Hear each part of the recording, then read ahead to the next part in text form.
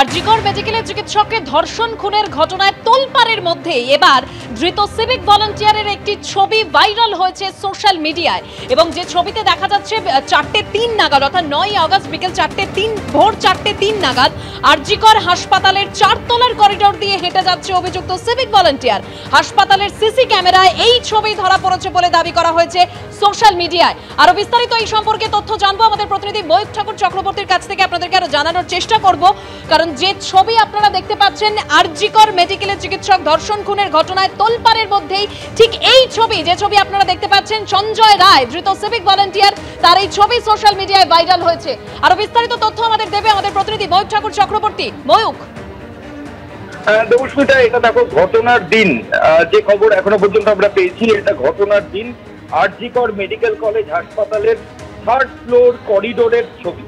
RG Kar medical college হাসপাতালের 3rd floor corridor, যেটা seminar রুমে যাওয়ার যে রাস্তা, সেখানে যে সিসিটিভি ফুটেজ, সেই ফুটেজের ছবি এটা, এমনটাই কিন্তু খবর আমাদের কাছে রয়েছে।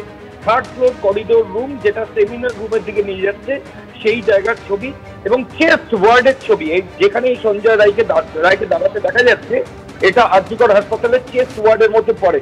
সময়টা ছিল প্রায় ভোর 4টে, এখনো পর্যন্ত এমনটাই সূত্রের খবর। অর্থাৎ ফুটেজ দেখো, এখানে এটা ভোর 4টের ছবি, বিফোর কমিটিং ক্রাইম, অর্থাৎ এই হিনিয়াস অপরাধ যেটা হয়েছে তার ঠিক আগের ভোর 4টের সময় এই অপরাধী গেছিল, এমনটাই ইনভেস্টিগেশনে প্রথম থেকে উঠে এসেছিল।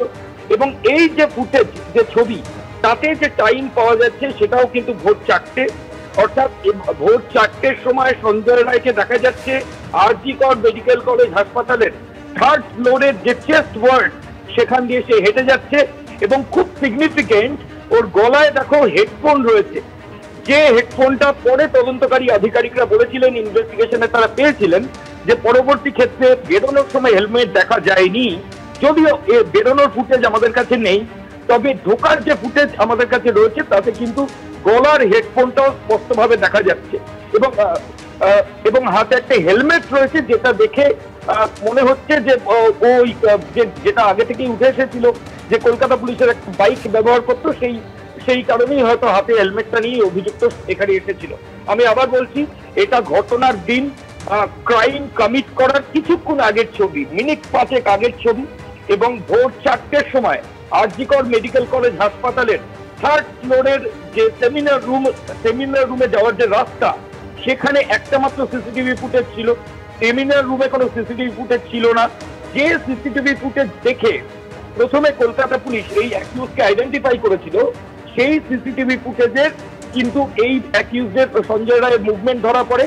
এবং এই ফুটেজ স্পষ্টভাবে যেটা জানা যাচ্ছে যে আরজিকর হাসপাতালের 3rd ফ্লোরের ভোর 4টের সময়ের ছবি। এবং এখানে সঞ্জয় রায়কে দেখতে পাওয়া যাচ্ছে গলায় একটা নেক ব্যান্ড বা হেডফোন, সেটা পরে সে ভেতরে ঢুকছে। 35 থেকে 40 মিনিট ধরে এই গোটা ক্রাইমটা হয়েছে বলে পুলিশ প্রথম থেকে দাবি করেছে। এবং গলায় হেডফোন পরে সে গেছিল, ফেরার সময় তার গলায় হেডফোন ছিল না। পুলিশ আধিকারিকরা এটাও দাবি করেছিলেন যে দেহর পাশ থেকে একটা হেডফোন রিকভারি হয়েছিল, ঘটনাচক্রে সেই হেডফোনটা ওর ফোনের সঙ্গে কানেক্ট হয়ে যায়। ফলত এই বিভিন্ন পারিপার্শ্বিক তথ্য প্রমাণ সঞ্জয়কে অভিযুক্ত হিসাবে চিহ্নিত করে। এবং এই যে সিসিটিভি ফুটেজ, সেটাতেও কিন্তু এই গোটা বিষয়টা করোবরেট করছে যে ঘটনার দিন ভোর 4টের সময় আরজিকর হাসপাতালের 3rd ফ্লোরের সেমিনার রুমে যাওয়ার যে রাস্তা, সেই রাস্তায় মুভমেন্টের ছবি ধরা পড়েছে। সঞ্জয় রায়কে ঢুকতে দেখা যাচ্ছে এবং তার গলায় একটা নেক ব্যান্ড রয়েছে।